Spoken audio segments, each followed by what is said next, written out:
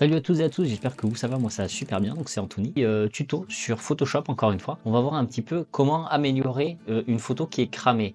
Donc qu'est-ce que j'appelle cramée? C'est une photo où c'est que vous avez surexposé vos hautes lumières, donc malheureusement qui ne sont pas rattrapables à la retouche. Vous, à la retouche, vous allez rattraper un maximum ces hautes lumières, mais malheureusement vous verrez que ça reste très blanc. Donc si vous baissez le curseur des hautes lumières dans Lightroom, ça va virer vers le gris parce qu'il y a zéro information dans ces hautes lumières et c'est du blanc, pur blanc. Donc là j'ai deux photos, j'ai essayé d'en trouver d'autres mais je surexpose rarement les photos, mais ces deux exemples sont quand même assez communs. C'est surtout quand vous surexposez vos lumières de coucher de soleil.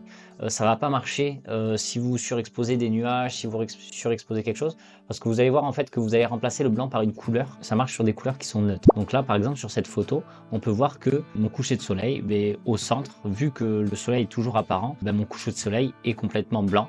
J'ai pas pu récupérer plus que ça, je suis au maximum de ce que j'ai pu récupérer, donc j'ai récupéré quelques petits nuages, etc.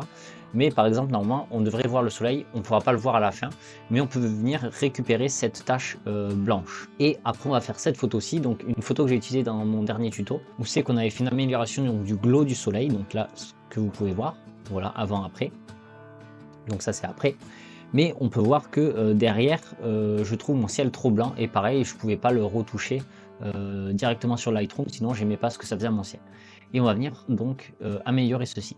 On va commencer par cette photo-ci. Donc c'est un effet qui est très simple, très rapide, très efficace. Vous allez vous mettre au-dessus de votre calque. Donc j'ai juste un seul calque, j'ai retouché déjà rapidement ma photo sur Lightroom. Donc c'est moi pas une photo que personnellement je garde parce que je l'aime pas du tout, mais je l'avais qui traînait par ici. On va venir retirer ces lumières surexposées. On va zoomer, comme ça vous allez voir un petit peu ce qui se passe. Et on va venir créer un nouveau calque avec un effet. Donc vous allez cliquer ici sur le demi-cercle en bas à droite et vous allez sur le premier, correction sélective. Vous faites bien attention que vos paramètres prédéfinis soient par défaut.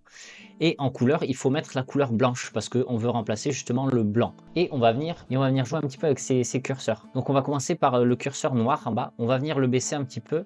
On va le mettre à plus 10 à peu près, plus 10, plus 13, c'est pas un souci. Et après, on va commencer par le haut, donc tout ce qui est cyan, magenta, en fait, vous allez rajouter ou enlever de la couleur. On va venir se rapprocher le plus possible de la couleur qui est le plus proche du blanc, donc de ma lumière surexposée, donc là qui est un petit jaune orangé. Et on va venir faire matcher un petit peu ces couleurs-là. Donc là, on va se mettre un petit peu de rose. Déjà, ça commence à bien disparaître. Le magenta, et là, le jaune. Hop là. Et voilà, tout simplement. On va dézoomer et on peut voir que ça s'est bien diffusé si je fais un avant-après. Donc on peut voir avant qu'il y avait une grosse tache blanche et maintenant ça a été remplacé par du jaune.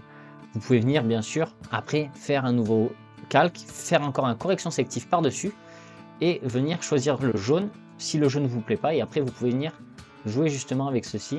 Voilà, venir peut-être un peu calmer la couleur et l'assombrir un petit peu. Voilà. Et donc voilà, vous pouvez vraiment venir jouer avec tout ça. Donc si je fais un avant-après, ça c'était avant, ça c'est après. Mais moi je préfère comme ça, j'aime bien quand c'est un petit peu intense. Et on va venir faire exactement la même chose sur l'autre photo. Donc on se met sur cette photo là, on vient créer une correction sélective, faire attention que le couleur soit en blanc, baisser un peu les noirs, donc augmenter les noirs pardon, donc plus 13 c'est bien, et on va venir jouer un petit peu avec nos couleurs. Et là on peut voir déjà que rien qu'en mettant du jaune, paf, ça disparaît. Je pense qu'il n'y aura même pas besoin de jouer avec les autres couleurs, parce que le ciel était déjà très jaune. Et voilà, tout simplement. Avant, après. Donc ça peut, comme vous pouvez voir, ça vient vraiment alléger cette lumière. Et donc si je l'enlève, on peut voir qu'il y a un effet un peu blanc dans la réflexion, donc qui est surexposé.